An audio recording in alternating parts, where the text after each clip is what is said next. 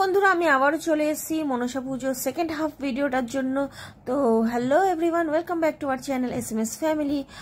আর মনসা পুজোর দিনকে বিকেলবেলা যখন গেছি সবার ফার্স্টে দেখছি যে তোজো দাঁড়িয়ে আছে ওখানে, কিছু গরিব মহিলাদেরকে শাড়ি বিতরণ করার কোনো একটা রিচুয়ালস চলছিল। সবার সঙ্গে দেখা করতে করতে আবারও ভেতরে ঢোকার পালা। আর এবার আমাদের সঙ্গে বাবা এসছে, আর এনে হচ্ছে কুটুস। কুটুস বা কুট্টুস, অনেকে অনেক কিছুই ভালো নামটা আমার ঠিক খেয়াল পড়ছে না এই মুহূর্তে। খুব সুন্দর একটা ভালো নাম আছে, তো সবাই কুটুস কুটুস বলে, তো তাই জন্য মাথায় ওটাই গেঁথে আছে। তো যাই হোক, আমার বাবাকে দেখা যাচ্ছে কত হ্যান্ডসাম লাগছে।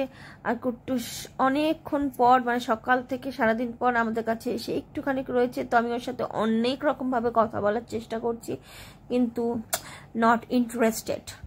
তো আমাকে সবসময় এটাই ভাইব দিয়েছে, কেন কি আমাকে খুব একটা দেখে না, চেনে না।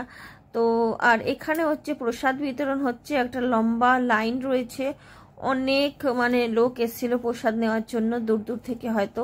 আর এই সময়টা আমি হচ্ছিলাম এক্সট্রিমলি বোর, কারণ বাড়ির যারা আর সবাই রয়েছে, যেমন আমার বৌদি, দাদা বা আরও যারা আছে চেনা পরিচিত লোকেরা, তারা তখনও রেডি হয়ে পারেনি। আর আমি অনেকটাই বোর ফিল করছিলাম সেই সময়।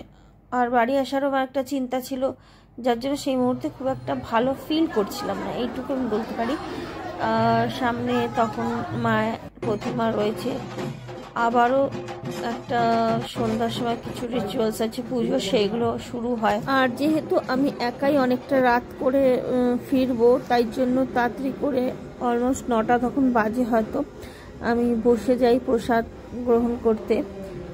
তো যাই হোক, আমাদের বাড়ির সবাই তখন খাওয়া দাওয়া সেরে ফেলে আমার সাথে।